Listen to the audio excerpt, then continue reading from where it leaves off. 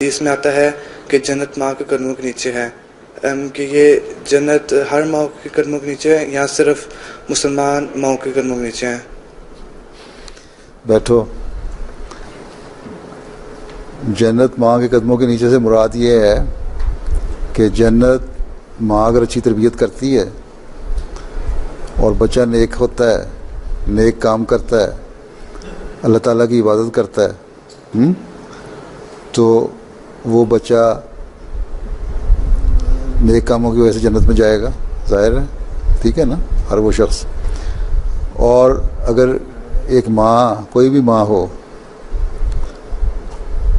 وہ اگر ایسے بچے کی تربیت اپنے کر دے کہ خدا کو پہچاننے والے ہوں اور اس تلاش میں ہوں کہ اللہ تعالیٰ کے جو حکم ہیں ان کو میں مانوں، ٹھیک ہے.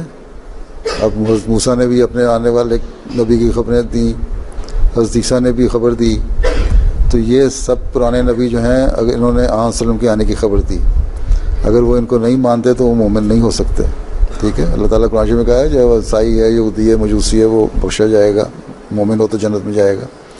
اس کا مطلب یہ ہے کہ حضرت موسیٰ نے فرمایا کہ وہ لوگ اس نیکی کی وجہ سے آن وسلم کی بیعت میں آ جائیں گے، ان کو مان لیں گے، اور پھر اللہ تعالیٰ ان کو مقام کرے گا. باقی جنت یا دوزخ کا فیصلہ کرنا یہ اللہ تعالیٰ کا کام ہے، یہ انسانوں کا کام نہیں.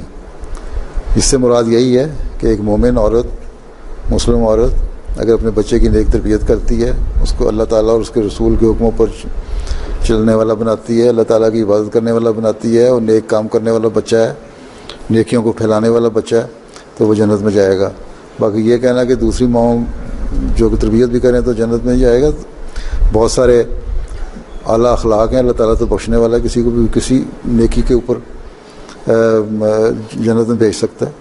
دو شخصوں کی، آدمیوں کی بحث ہو گئی، ایک نے کہا کہ تم ایسے ایسے برے کام کرتے ہو، تم جنت میں نہیں جا سکتے، میں دیکھو کتنے نیک کام کرتا ہوں، میں عبادت کرتا ہوں اور میرا بڑا بڑا اونچا مقام ہے.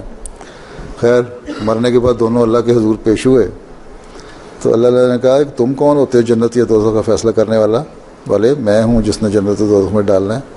جس کو تم کہتے ہیں نا تم جنت میں نہیں جاؤ گے، تم دوزخ میں جاؤ گے، اس کو میں جنت میں بھیج رہا ہوں.